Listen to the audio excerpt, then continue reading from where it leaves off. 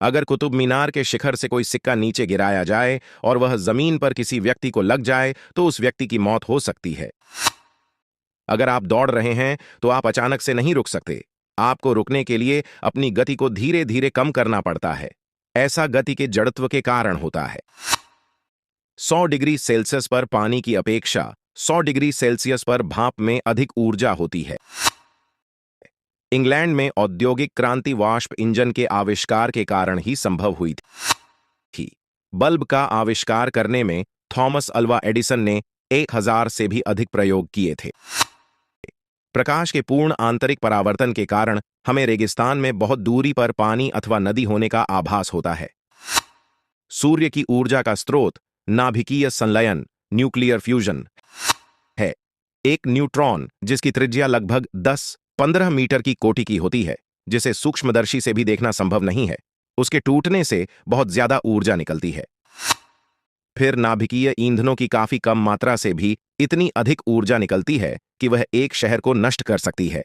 EEDMC2 बस अथवा train के अचानक चलने पर पीछे की ओर गिर जाना, विराम के जड़त्व इनर्शिया ऑफ रेस्ट, और चलती हुई बस अथवा ट्रेन के अचानक रुकने पर आगे की ओर गिर जाना, गति के जड़त्व इनर्शिया ऑफ मोशन के कारण होता है।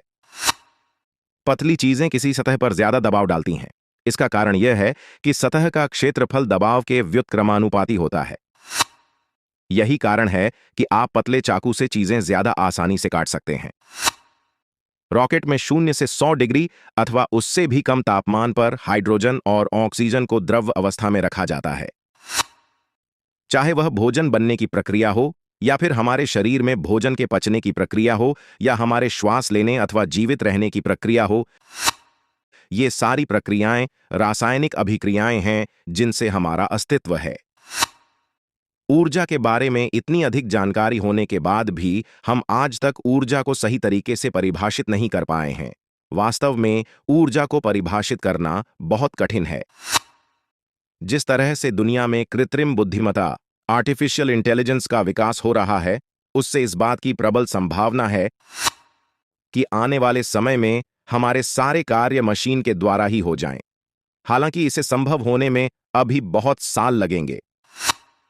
विज्ञान एक सतत रूप से विकसित होने वाला विषय है।